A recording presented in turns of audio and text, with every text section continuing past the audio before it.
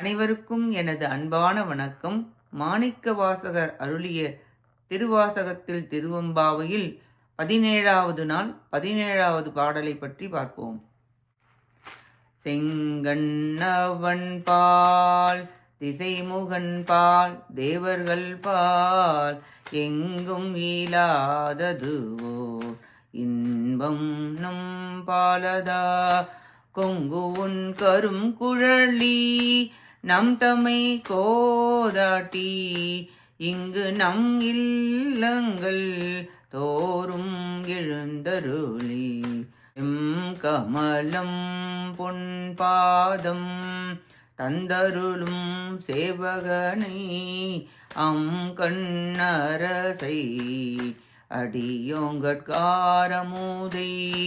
நங்கள் பெருமானை பாடினலம் திகழ பங்கயம் பூனல் பாய்ந்து ஆடலோரெம்பாவாய். இப்பாட்டின் பொருளை பார்ப்போம். அழிவதும் அழியாததும் தோன்றியிருப்பதும் ஒடுங்கியிருப்பதும் ஆகிய நிலைகள் இந்த ஞானத்தின் கண் நன்கு இணைக்கப் பெற்றிருக்கின்றன. இந்த ஞானத்தை தாங்கி இருப்பவன் ஈசன். ஈசனை அறிந்து கொள்ளாத ஜீவாத்மா உலக இன்பங்களில் ஆசை இயல்பாகவே மனம் தங்கிய கரிய கூந்தலை உடையவனே. விஷ்ணு பிரம்மா முதலிய தேவர்களிடத்து இல்லாத பேரின்பம் நமக்கு எப்பொழுதும் சொந்தம். நாம் குற்றங்களை களையப் பெறும்போது அது அனுபூதியாகிறது.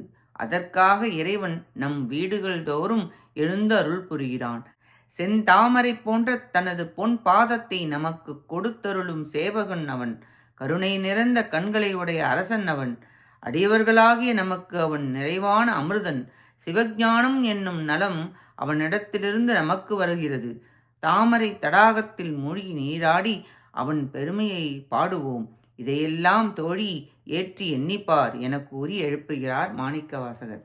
பக்தியும் ஞானமும் ஒன்றி ஒளிர்கின்றன. அஞ்ஞானம் என்ற குற்றம் அகலும் சமயம் ஜீவன் சிவஸ்வரூபம் என்று தெளிவாகிறது. தானே சத்து சித்த ஆனந்தம் என்பது முடிந்த அனுபூதி என்று விளக்கி பாடுகிறார் மாணிக்கவாசகர்.